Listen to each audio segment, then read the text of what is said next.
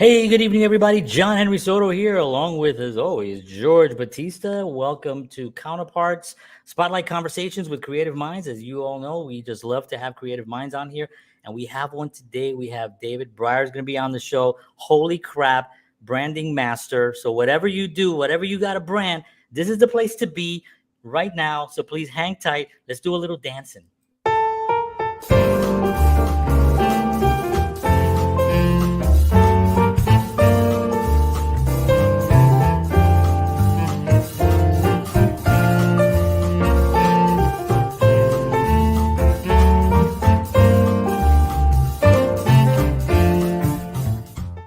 All right.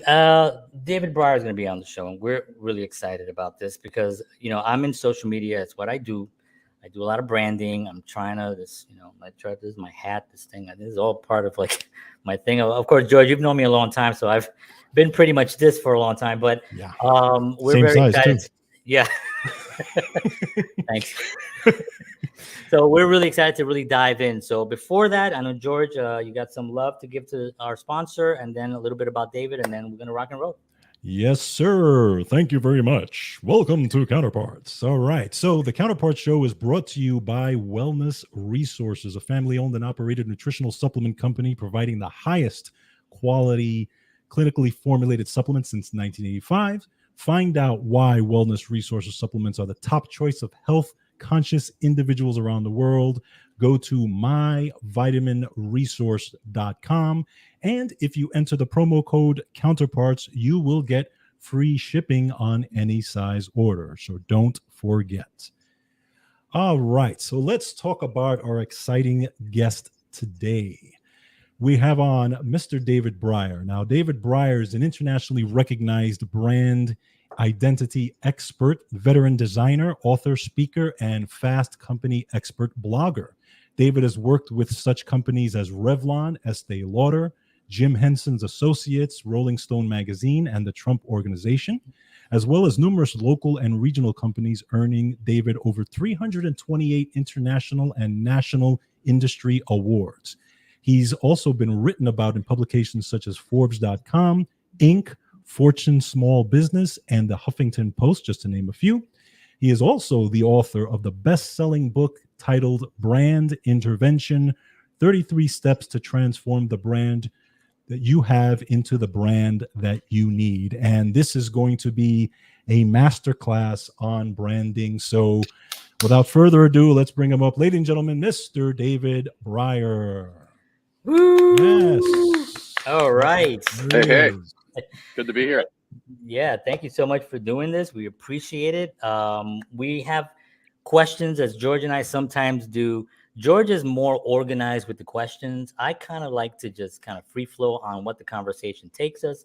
Sometimes that gets me in trouble because I try to be funny and it ain't funny, but I still go with the flow. Well, I think between George and I, we'll like, if you say something and we each notice that you think that it's entertaining, he and I will either give you a thumbs up or a thumbs down. You'll know as you're going. We don't want you to be wondering, am I hitting it? Yeah. Do I own the room or does the room own me? Yeah, I just don't want to end the night with a lot of this going on. Because I understand. It's much easier to go like this than it is like, right. You got to use different muscles. You can pull a muscle, really, yeah. A lot of strain. So listen, David and I are the drummers. We'll keep the time, okay? There you go. Nice. I like that. All right. There you go.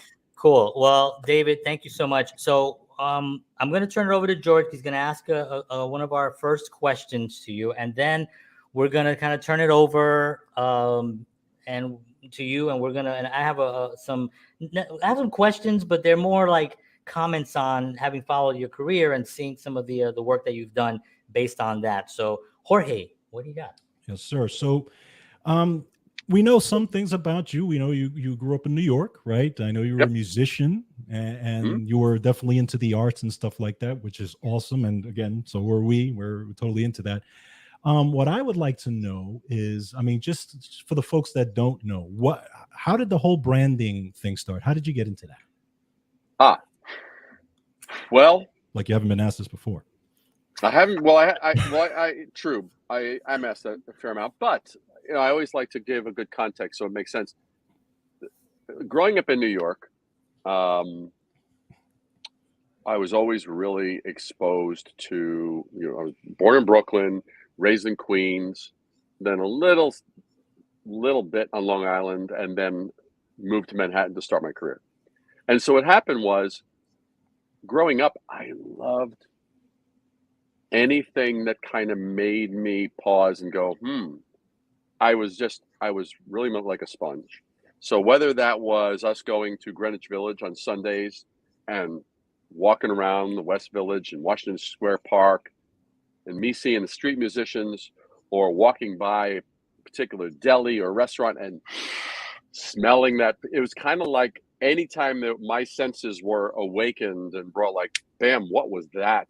It's kind of like, because a lot of life, I mean, it's a little philosophical, but it is how I think. And so the thing is that, life kind of goes along. Well, yet there's things that make us stop and go, whoa, what was that? We do the double take. Sure. It's the stuff that rises into a level of like, wait a second, that's not just the plotting along, because a life led like that is dull as shit. It's like, that's not, I don't believe that that's why we're here, or to what extent we can truly live and inspire and light things up.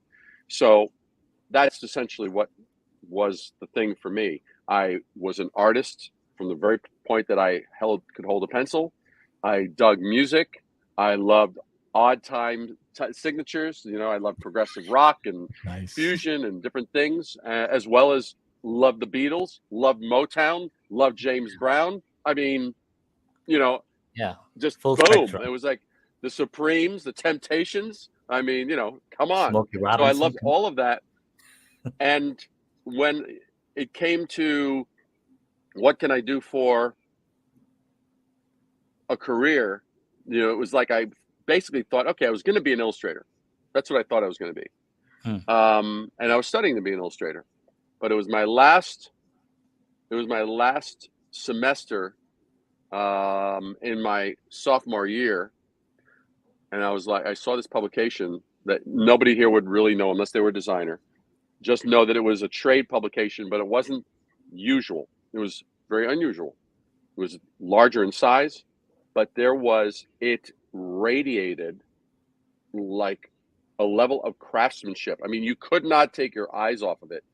When you hear a piece of music and you just go, whoa, it's like, bam, or you see a mural on a wall, or you see a piece of architecture, or you taste a piece of food and you go, damn, that chef was not asleep. He didn't leave nothing on, nothing was left that couldn't have just been amplified. So that's basically what happened for me in that I remember that exact class. It was on a drawing table and it was just sitting there. Someone had left it and I snatched it. I was like, I am taking this. I am devouring this. Right. And I then started, who is the designer? I looked at the masthead where you have all the credits, the editor, the writer. And I looked at it and I was like, who's the designer? And I started to hunt. Now, you have to understand, this is key for everyone listening to this. Okay.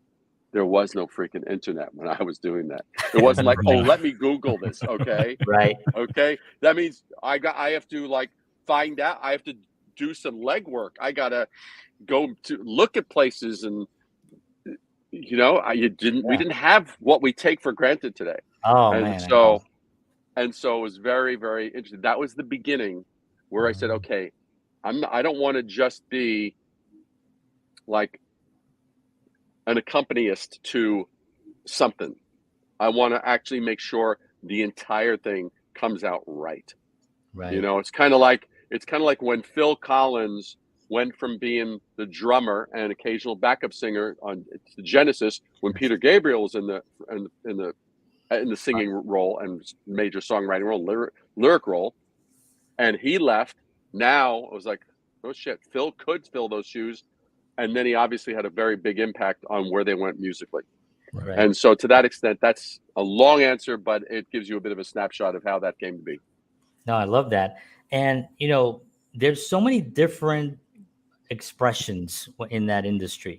It's when especially in New York City, you even before the internet. You can walk down Broadway or anywhere, and there's just so much illustration and creativity and things like that.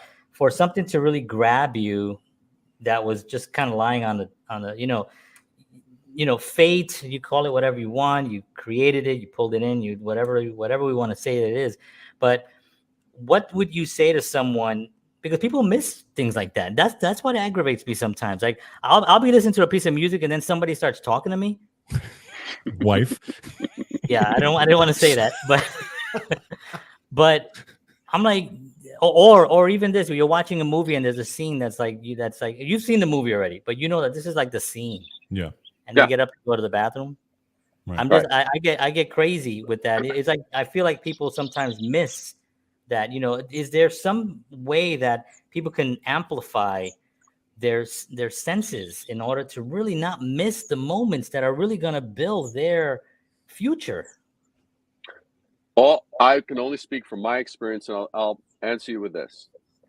If I'm there as in the audience capacity, and I'm taking something in, and I'm like, and I want someone. I mean, we've all seen like a movie with an amazing scene or some pivotal thing, and you're like, watch this, pay attention.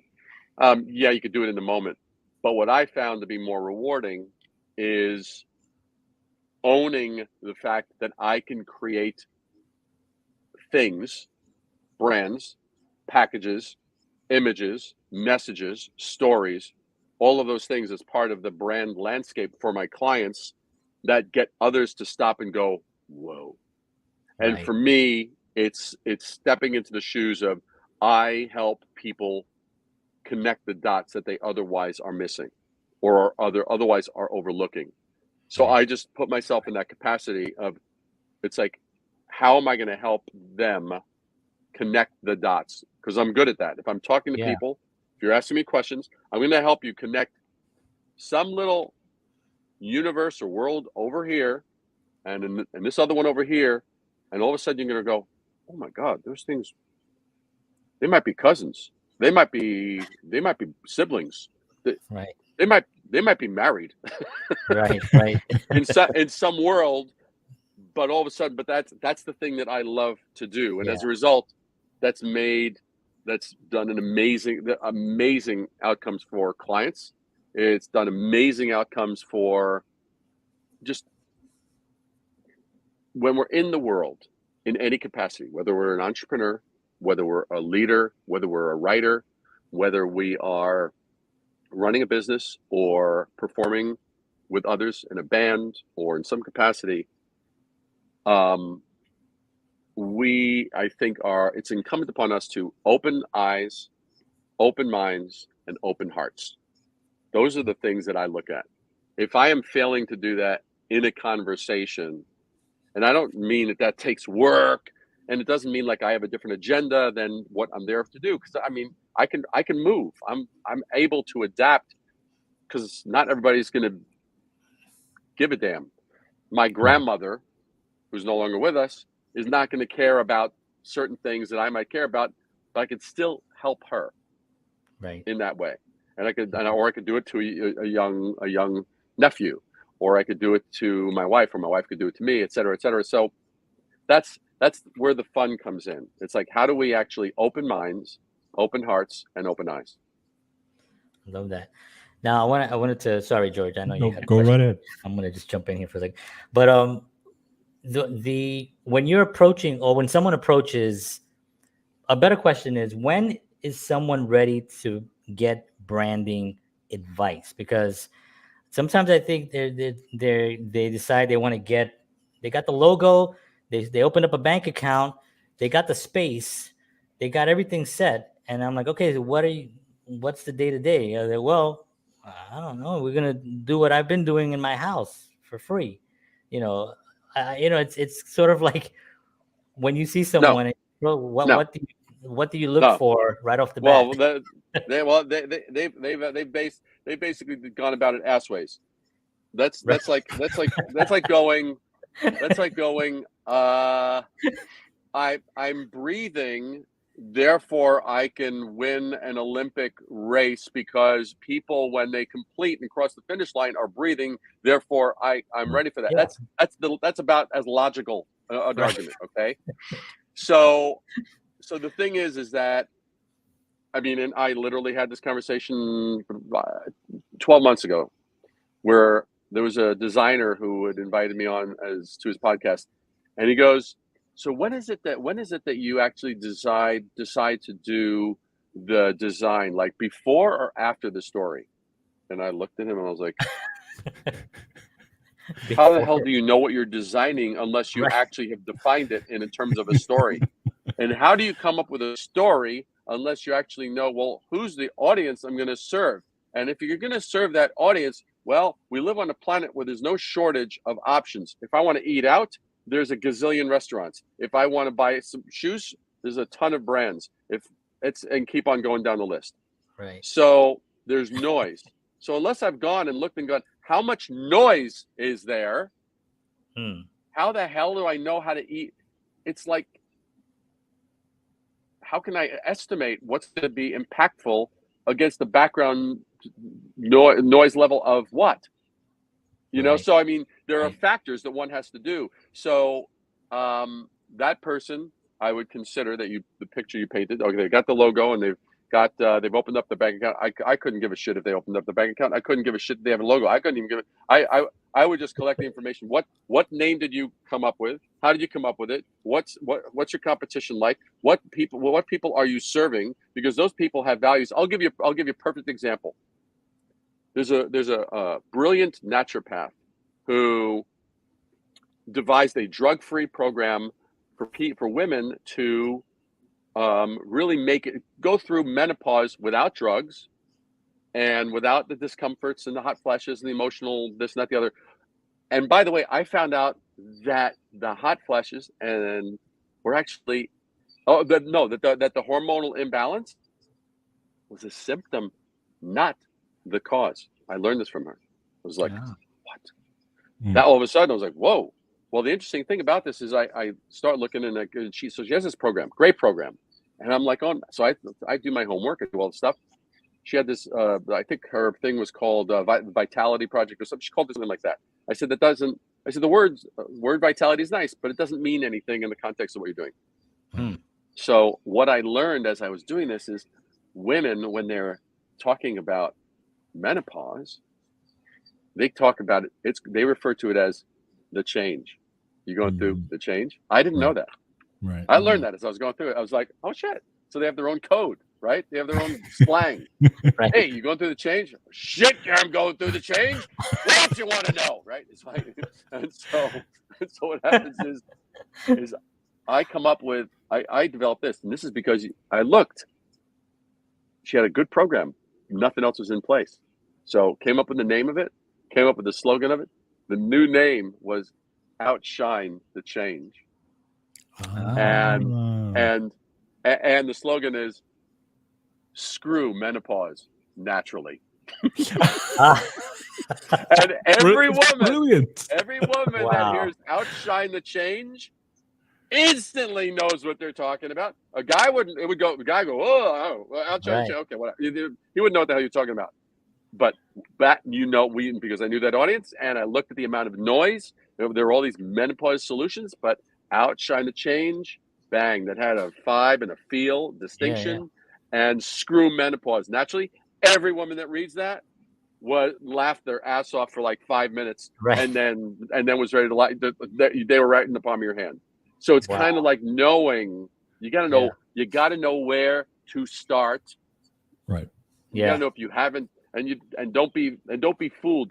Don't be fooled by the wonderful, intoxicating dopamine hit you get from, oh, I got this great, blah, blah, blah, blah, blah. It's like, hey, it's great to be excited, but now let's bring it back and go, okay, is this going to like freaking crush it?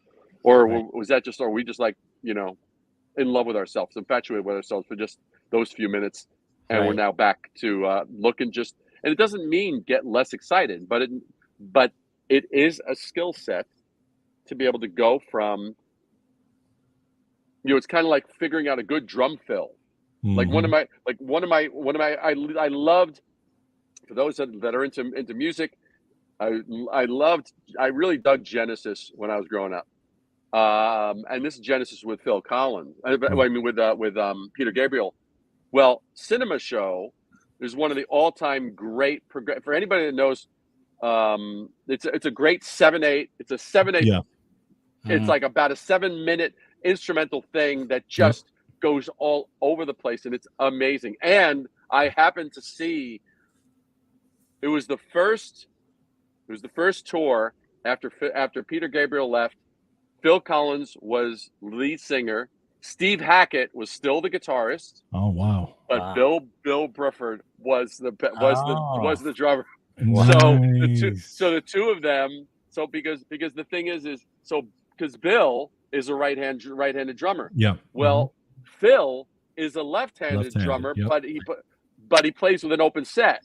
Right. And so it's like it was kind of, anyway. So when you had these fills, it was like choreography, like anyway,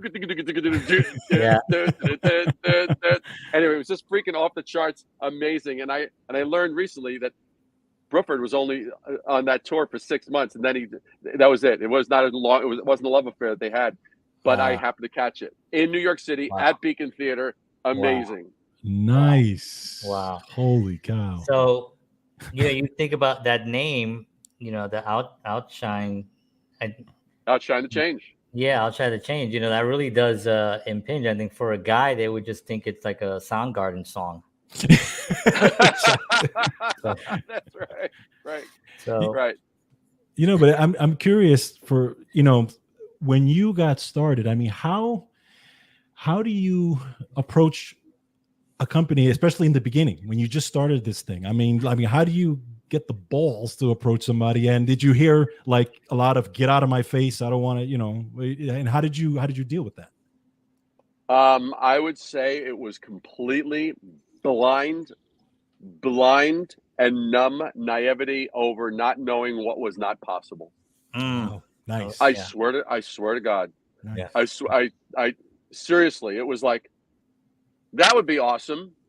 Let me call up so and so. And I would go to School of Visual Arts on 23rd off of Lex, and they had placement office, and they had the place where their jobs were listed. And there was the full-time gig side, and there was the part-time freelance. And I was always interested in the part-time freelance. The idea I was not interested in being showing up in a cubicle and being. There were no cultures that I saw that I was like, whoa, that lights me up. So I was like, I was more of just too much of a, needed to go by my own, what I saw was possible. And so I just was like, oh, okay. And then occasionally there might be a little thing, and I'd reach out to someone.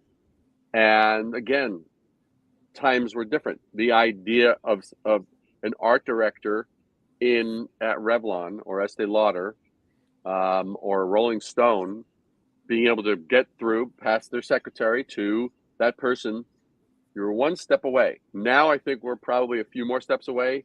People would rather you text them, maybe do a soft introduction, kind of warm them up, give yourself some social proof. And so then they get to see, and they go, oh, he's done so-and-so for so-and-so. Oh, okay. And so like, you got to kind of, I think you have to, a little bit more of a proving period now. And so I think it was honestly just because I did not have in my family, there wasn't a mentor. Okay. There wasn't like, oh, this family member is a remarkably successful entrepreneur or business person. And the only person in my family that was very, very, very financially successful in his 30s was psychotic, was insane, in a very mean, dominating and domineering way. So not a great example. It's like that was an example of, okay, monetary wealth, but spiritual and emotional and mental chaos. Right. Oh, God. Right. Which kind of takes away from the wealth. I mean, kind of sucks the wind. Sucks the wind from wind. Like the rug just going. Whoop. Yeah. So I want to, communication is a big thing that we talk about here on this show, and communicating a brand is always one of the most challenging things for anyone, especially to hone it in, because you're kind of might have a piece of something, like what you said, they get excited. Like George and I get excited. We're like, hey, Steve Smith was on, but then we kind of like said like, okay, what does that mean? All right, let's see what we have to come back again, kind of figure things out and make sure that we're serving an audience with a purpose rather than just trying to do whatever we want to do, or and coming back again. So the communication part, what's one of the biggest communication hacks that you can give to like someone has a brand and is having really difficulties kind of getting it seen? Because social media is so noisy. To get seen on social media these days, it's you gotta do something really crazy, and be a little psychotic sometimes, which unfortunately it sucks. Yeah. All right. So I'm gonna dissect a few bits and pieces of what you just asked. So how does a person who has a brand actually like get seen, get heard, da da da da da da da. So the bottom line is there's a few layers to this. One is everybody has a brand, even if they're doing nothing. That doing nothing is part of their brand, or them doing something. What they do on a regular basis.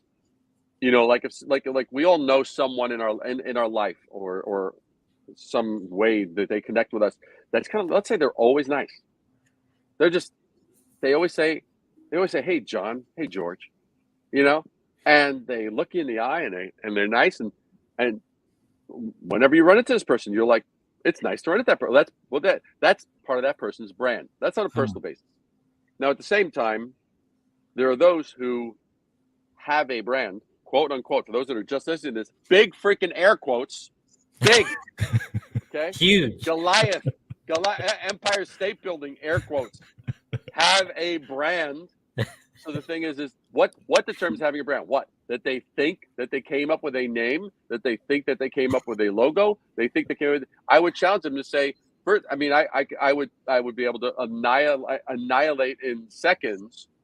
The likelihood is that they probably don't have a brand. They probably have some components that they think equate to a brand. Right. But here's the problem.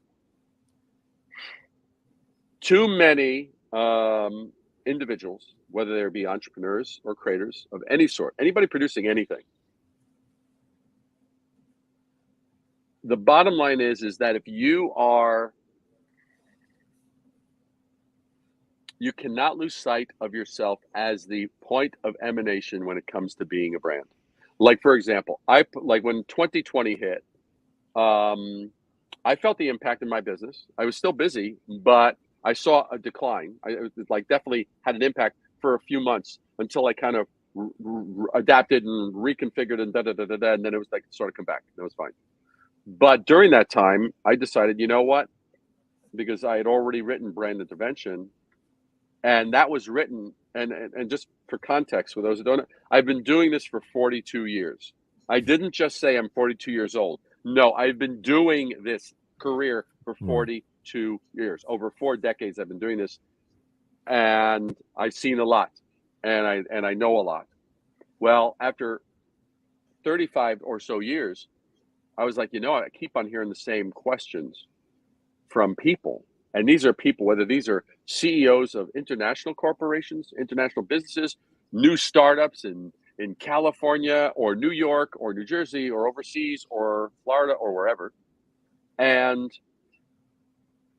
I have helped creative individuals build their empires and make millions, and in some cases, billions of dollars. So but yet they all had the same blind spots. They all had the same, they kind of dismissed certain things, or they didn't fully anticipate if they did this, then that would happen. So I wrote the book. My book was literally, these are the same confusions, misconceptions, blind spots that entrepreneurs and creative people have. So that's why I wrote the book. So after I wrote that, and it became a international bestseller within 2 days, I then I then said, okay, I'm going to put this into a digital form in some way. I'm going to create a course around this. And so I spent 9 months putting that together. And the reason that I say that is because I needed to take ownership. And what I tell people at the beginning, as I say, literally the first Zoom, we have these 2-hour Zoom calls that happen as part of it's a mentoring and masterclass is what it is. And I tell people in the first masterclass, I say this. I say, here's the deal. I know you're here to get a brand, but I'm here to tell you something. You don't need a brand. Your brand needs you. And I'm here to get the shit out of the way so that I can give you back to you so that you can empower your brand. Wow. Wow. Wow. That's my answer to your initial question.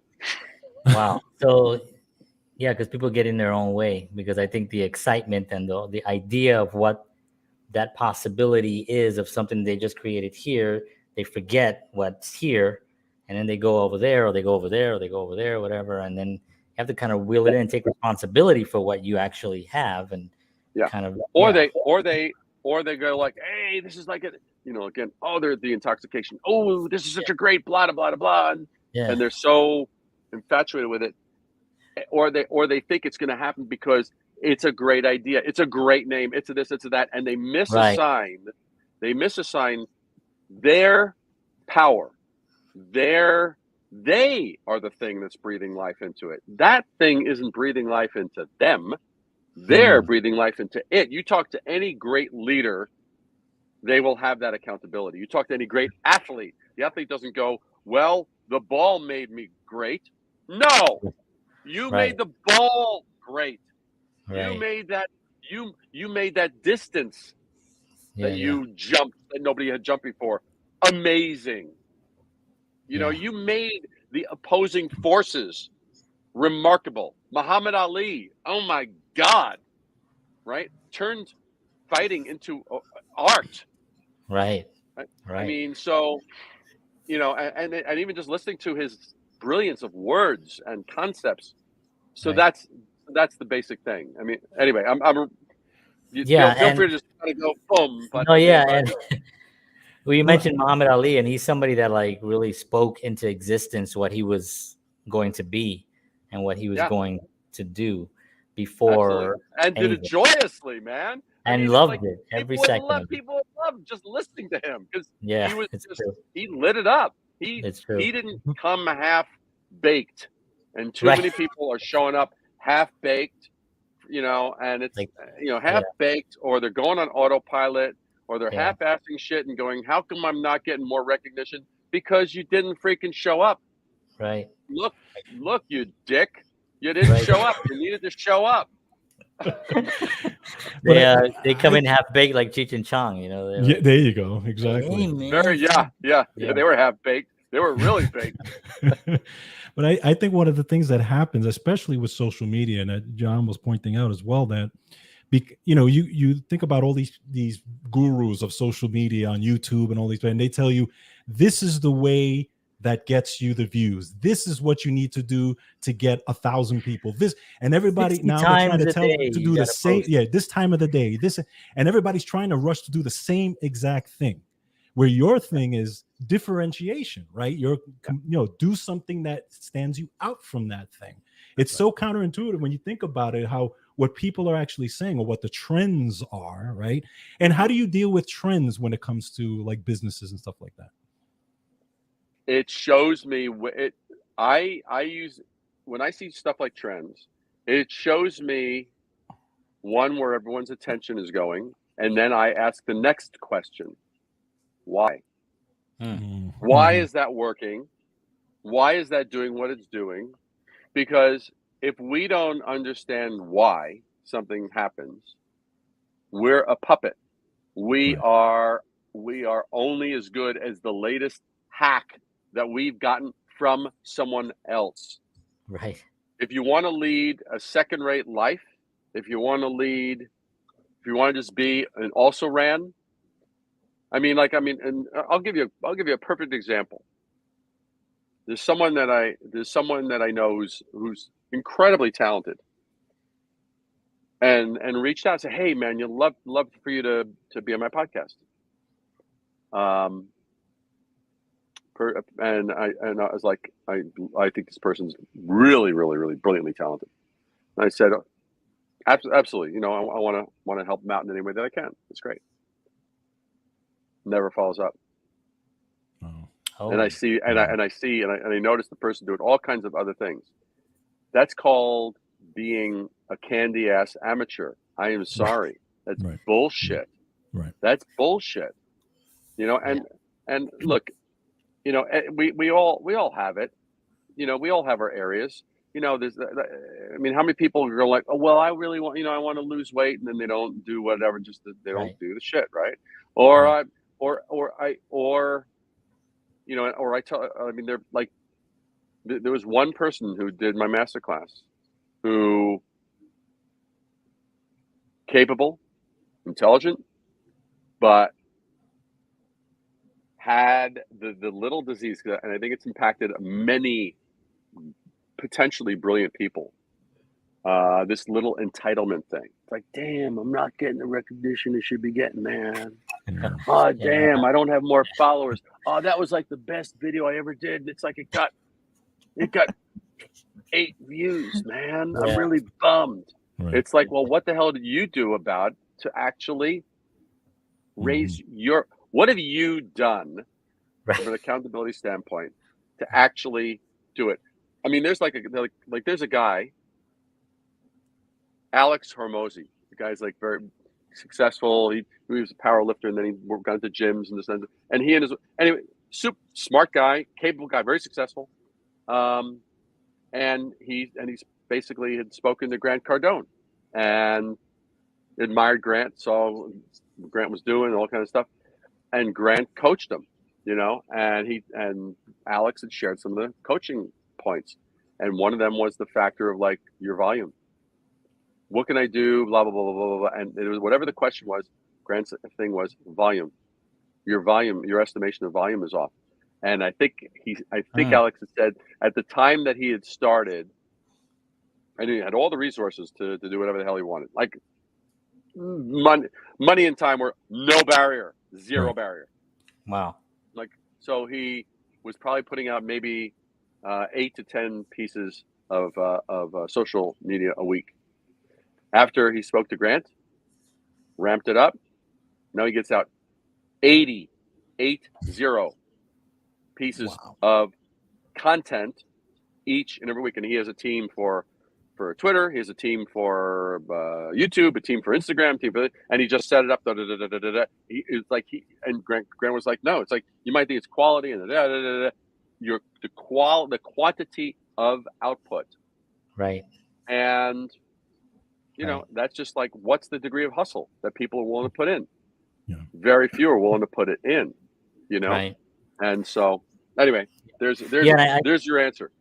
Yeah, and I talk a lot about that with social media. I mean, I've been doing the social media since MySpace. When I first saw MySpace, 2004. I went to Washington D.C. for a music conference, and some dude got up and he put up his phone, and he was like, in 5 years, you're gonna have every song you ever wanted on a device about this size.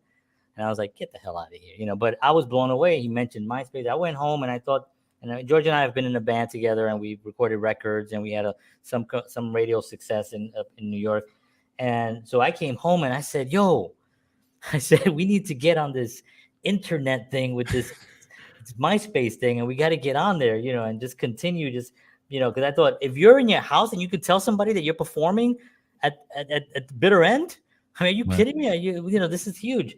So I've been doing that a long time, so I know that volume is a big thing, but let's talk about content also sometimes, because, I'll see someone post like real estate agents. I was a real estate agent. I still am licensed in New Jersey. So I would do real estate, and I just did one recently online where I did a real estate training for some agents, right? And I look at their social media pages, and I see pictures of like 1,000 houses. And I'm like, bro, no one is going to give a crap that you have the 1,000 houses. And not just that, 2 or 3 agents had the same house. I was like looking, I'm like, what are you guys doing? So can you talk a little bit about that, about the content, like how can you really have the art of being so different, getting that art down where you can actually create an impact where your content is going to look different than the guy next door, but it's the same product basically. Well, there's two things. One is that I always ask whenever I work with any client at all, I always say, tell me why I as a prospect should care. Right. Mm-hmm. Yeah. Straight out. Tell me. And it's always fascinating to listen to the answers. And when they're done with their answer, which can take 2 minutes, which can take 25 minutes, doesn't matter. Whatever it is, I then ask them, I say, I thank them. And then I say, so let me ask you something.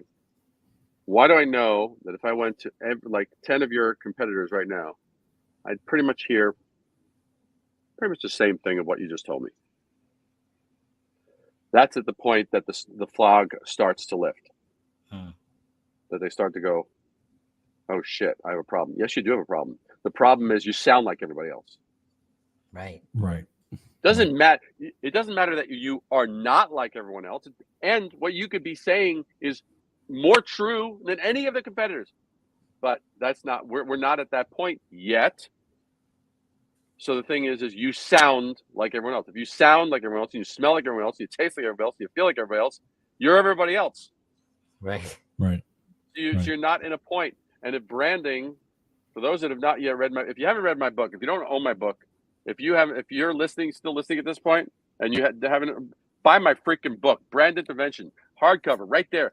Buy the book, hardcover. Why hardcover? Because here's the thing: people are gonna see this in your room, on your desk, and they're gonna actually like touch it and probably mistakenly borrow it. Oops! Somehow it ended up in their possession. Well, when you claim it back, see, when you hit somebody with a paperback, they're like, his or her heart it's not in it. Nothing. But when you hit them with a hardcover, they're like, holy shit, they're serious. So that's why the hardcover is not for me; it's for you. But the thing about this is I cover in the book, branding is the art of differentiation. Branding is the logo, branding is the slogan, branding is the name. I mean, those are all supporting points. But it's kind of like, just like a note isn't a song, and a stroke of paint isn't a masterpiece. That one thing, an ingredient, one grain of salt is not a meal, right? A coffee bean is not that amazing espresso I make that I'm going to be making after we're done here, that I'm going to make for myself and my wife. I'm going to say, honey, that was an amazing conversation I had with these guys. It was awesome. It was cool. And we're going to have a celebratory freaking espresso. It's going to be incredible. So, so that's the thing. You need to understand. It's vital to understand that. And the worst thing is it's with those folks who are showing like a gazillion.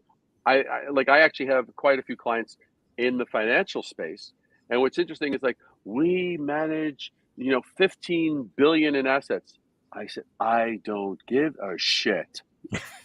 That's like the realist. That's like the retail giants who go, we have 120,000 products. I said, couldn't give a damn. Do you have the one that I want? That's the only conversation I'm interested in having. I don't give a shit about the 119.999 thousand other products you got. Do you have this one? Right. So they don't know. So people get confused. The idea of quantity somehow means quality in terms of options and that kind of stuff, and that's not the case. No. So that's basically how the thing rolls. Now, one thing I'm going to do, I'm seeing that my battery is getting a little low here. I'm going to actually, you guys are going to talk amongst yourselves in 7/8 time, by the way. 7/8 time. I want to have a 7/8 time signature conversation. If I hear any 4/4, I'm going to be freaking upset. George started off because there's no way I can. 4, 5, 6, 7, 1, 2, 3, 4, 5, 6, 7, 1. That's awesome. So this book, again, I just want to show it once again. And I actually, I don't have this book yet. I will get this book today. I will order it as soon as I might actually do it while we're live. But Yeah, I mean, David is really giving us some incredible information here, some great gems. And one of the things that I really like about what he's saying is that, there's this honesty that's like missing from this industry. Right. You know what I mean? Like, Yeah. I think it came in the real estate agent. A real estate agent is really, unfortunately, they're kind of covered with this thing of like having to be this proper thing. They're not lawyers. Mm-hmm. You know what I mean? They're not accountants. Right. They're not legal people. They're real estate agents, but they wear a tie and they wear a shirt, and then they fall into this kind of weird kind of thing. So having a conversation the way David is having right now and just saying like, I don't care. Tell me what your product is, or why should I care? That is so huge and so missing in the industry of just not Correct. social media, but just branding in general. People aren't being asked that. You know what I mean? Right. George and I are guilty of it because we kind of have to police ourselves on like, what the hell are we doing? Right. Are we doing anything viable here? Or what should we do? We're looking for this, we're looking for that. But it's important to really not only have it on your own, have your own thing, but also have someone there that can do that. And David is back, and that was great. And we did show your book again, and we'll probably show it 1,000,000 times before we're done. Now, by the way, I'm gonna criticize you because I noticed that some of that was done in 5/4, not 7/8, and so not cool. So not sorry, cool. gosh. I was listening. Without George, I'm a 4/4 guy. Unfortunately, I need that timing. Listen, I've been practicing because if I'm hanging out with Steve Smith at the end of the month, he's gonna toast me. So I gotta get ready. Oh man, that's gonna be. David, one of the things I wanted to ask you was about your actual book, because I mean, you completely differentiated yourself just with your book alone, the way you wrote it and how you wrote it. Can you talk a little bit about that? Yeah. Well, so again, I'm going to point this out so that everyone listening really gets the point. You've got to take inventory of what's out there. I mean, the greatest of us takes inventory. It's like whether it was Muhammad Ali taking inventory of who was doing what and what he had to compete against, or it's Motown and Gordy looking at and going, hey, this is what's going on, but no one actually has the package of singing, dancing, dress, getting the threads together. And so when it came to writing the book, it's the same question I asked myself when I wrote when I started my blog. I was like, well, there's some really smart people out there saying some really good stuff. What am I going to add to this party?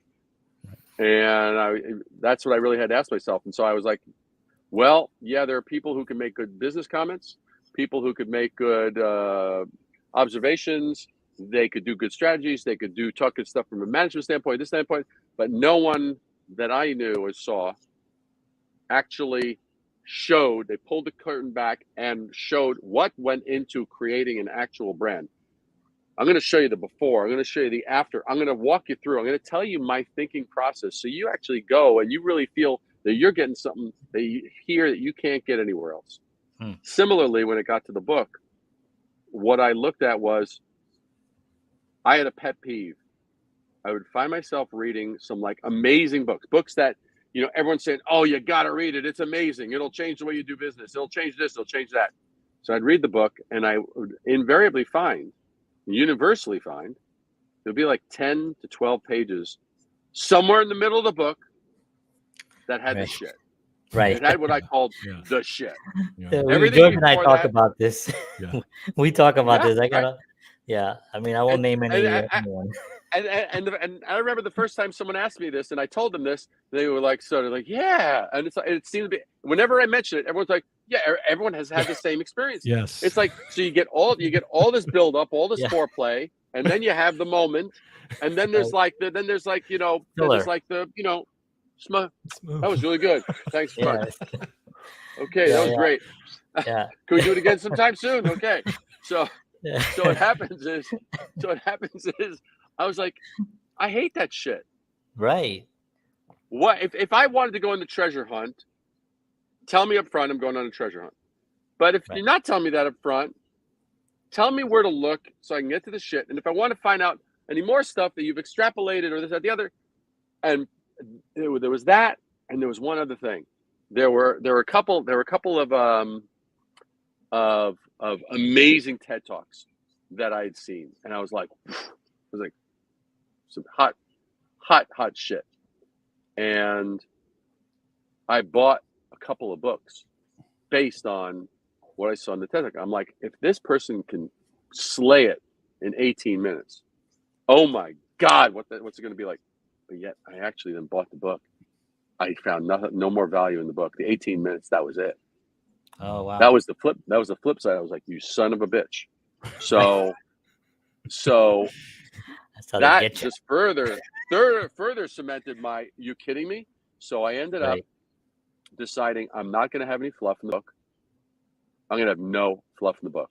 That's partly why the type is so freaking big, because I could have written 5 times the what's in there, but out of respect for myself and out of respect for the reader, I actually just was like, no, here's what you need to know on each of these points. I've given you the concentrated stuff, all the pulp, all the good stuff.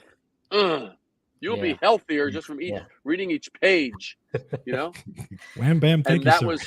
And that was the thing, and that's why. And the flip side of it was the surprise reaction that I got from people. People, when they opened the book, they're like, "Oh my God!" They actually get excited like a kid in the toy store. Right. It's funny you said that, because books are like that. Also, I can't tell you how many webinars I've paid for that had this amazing 2-minute video before the webinar. And I said, I'm going to get this. It's only whatever it is. I get the webinar, and 2 hours later, I'm like, man, I got maybe one thing that I can actually apply. Now, I've done a lot of webinars throughout the last, whenever webinars became a thing. You do kind of extrapolate enough that you can put a thing together. But I was just like, can someone do something where they say that it's going to be this thing and it's that through the whole thing? Or just let me go home. Why do I have to stay for another hour while you talk about how great you are and how great this thing that you did, and then go back to the price, and then go back to the price, and go back? And I got so sick of that. And books, there are a couple of authors, a couple of books that I did get some benefit out of. I'm sure a lot of these people, but some of them do have a lot of fluff. So it's great to hear you say that, because that is. Hold on 1 second. It's Mother Nature's starting to rain, so I'm gonna pull myself. I'm gonna pull myself so I don't get. Okay, yeah. Hold on 1 second. Now I'm gonna move one more time. All right. I'll keep going. I'll try that 5, 7. 5-4 now. 5-4 now. Okay. 1, 2, 3, 4, 5. 1, 2. Anyway, so I'm never gonna get. It's too bad, because it's that beautiful set that he built just for this show. Now we're not gonna be able to see it anymore. That's true, right? Here, but I will. You keep going. I'm moving myself. Yeah. George, you and I have actually talked about this extensively, where we go to webinars, we go to different, we buy books, we get tapes in the old days, and you kind of get like, oh man, this only had one tape that was anything, and it was I could have learned. And the worst things is when that you could have actually, that this is free. It's somewhere free online. I could have gotten, this was all free. I've heard this already. I've done this myself. I actually know more than this person that's talking right now. Now I want to be the idiot in the room. You know what I mean? I want to be the guy that leaves there blown away, not the guy that feels like I could have done that talk. Yeah, that's right. So been there, totally been there. Yeah. So I want to talk a little bit about Brent, the book, how it relates to someone starting out now. We've talked a lot about brands and people that have brands, and some people have billions of dollars, and there might be somebody sitting at home, especially after the last 2 years that we've had, with an idea of something that they want to actually create. They have no clue how to do it. I know that this book will be a starting point for them. What would you say would be another starting point, or something that they should look into? Well, one is they, without question, buy the book, buy the freaking book. Not for me, for you. It is. Just trust me. Just buy the freaking book for yourself. It's for your own investment into you. The greatest thing that you, the listener, needs is knowledge. The greatest thing that you can do to ramp up your skill set is getting better insight, better understanding. You need stuff that's not, you don't need cookie cutter templates. You don't need cookie cutter little, here's a color by number thing for success. Or anybody that says, look, you don't need to have talent, you don't need to have a pulse, you don't need to be alive, you don't need blood circulation, you don't need food, you don't need you need nothing. But here's the formula. Bullshit. Anytime anybody's telling you and you're going, this sounds too good to be real, yeah, it is. It is. And save yourself the angst that John and George have just been talking about, because you need information from a reliable and proven source that gives you. You don't need more of somebody else. You need more of you. If you get nothing else from this whole thing, just get that. You don't need more of someone else. You don't need to know how to do something like so-and-so. If you're not getting more of yourself as a result of books or information that you're getting, or if someone's mentoring you, if anybody ever convinces you of the notion that they know more about you than you do, that their opinion of you is more vital and more meaningful than your own opinion of you, show them the freaking door or kick them the hell out. That's bullshit. Okay. Yeah. So the thing is it's like, you've got what it takes. It's going to take hustle. It's going to take work. It's going to take, diligent effort. It ain't going to be like, oh man, I wished upon a star. Get the hell over it. Just be willing to do the hard work. Right. Be willing to get in there. Just do it. And then just complement that willingness with knowledge. And then you can be more responsible. You can have better control, and you can then have better outcomes. You think that Michael Jordan didn't practice? You think that the best musicians didn't practice? You think that the best painters didn't look at what others were doing and going, wow, I love the way those colors were brought together. That was so gorgeously done. Yeah. Or brilliant entrepreneurs noticing, wow, so-and-so, they disrupted their industry brilliantly, right? Because you're either adding to the noise or you're rising above the noise. Those are your two options. There is no gray. Gray is bullshit. Right. And and if you want a new business, there's a new business for you. Oh, start the Gray is Bullshit t-shirt line right there. Gray is bullshit. That's it. There it is. That's it. Well, I mean, I don't know about you, George, but I feel like there has been a brand intervention, and yes, we've actually we got to come clean. I do want to give a shout out to Christina, who says no fluff. I love it. That's exactly right. Thank you, Christina. And everyone else. David, it's been an hour. I feel like we just got smacked in the best way possible. But I really just want to thank you so much for this. And I feel bad showing the book because it blocks you. but yeah, I do have even when I go to the right to the left, I can't even get around the book. Well, I have to come up with some other way of having it pop up. But thank you so much for doing this. This has been like a tremendous workshop for us. Yes, and absolutely. Moving forward, George and I are definitely going to get this book. And we normally get these books. We read them and then we come on sometimes and we'll talk about the actual what we've learned from certain books that we've read. And George is a big reader. I'm a big reader. So this is our next task, and we will actually do probably a whole episode just on covering on this book. And we really want to thank you so much for doing this. Oh yeah, 100%. It's my pleasure. And the bottom line is the greatest thing that can be done here is get as many eyeballs to see this as possible so that they can get value. People are always amazed and surprised that I show up with as much passion and as much conviction, and I don't show up half-baked. I don't show up kind of like I had a long day. It's like, if I had a long day, that was then, and this is now. That's who gives a damn? Right. It's like you showed up, I showed up. I want this to be, my goal is a simple one. I want you to have a brand new problem that you guys go, this was the freaking most amazing podcast we've ever done, and holy shit, how are we ever going to like even come close to that? I want that to be your new problem. Right. You go like, oh my god, he freaking like blowtorched the shit out of anything that if there were any molecules of averageness in the environment, they were blowtorched like freaking out of the galaxy, man.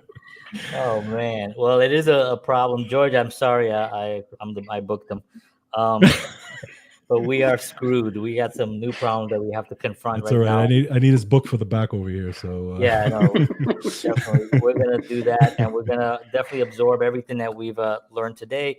Get the book, everybody. Please go run out, get the book right here, risingabovethenoise.com, and follow David on all platforms. I'll have everything in the description, of course. The book, one more time, Dave, to block you there. No, that's awesome. I actually, I don't mind it too much because the back of the book actually has some amazing writing on it. I was just reading it while you were doing that. For a second, I was like, wait, how is he doing it? But it wouldn't surprise me that you can do that. I didn't tell you that was a 3-dimensional JPEG. So but that's another discussion. Wow. David, thank you so much. Appreciate it. Hold on one second. We're just going to close out the show. We want to just say goodnight appropriately. Just hang out 1 second. And thank you so much for being on the show. Thank you, appreciate it. Absolutely my pleasure, guys.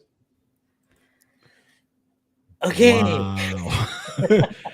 Talk about my head's going to explode with the info. And I know, but we talk about stuff like this all the time. And yes, we do. And I think what he said was right. This is like a pivotal point because we talk about these problems, but we didn't have like, there's a lot of people that are talking about this stuff, right? Yeah, but there's no streamline to it. This streamlined it for me anyway. Yeah. And I think for you too, because we're both sort of cut out of the same cloth.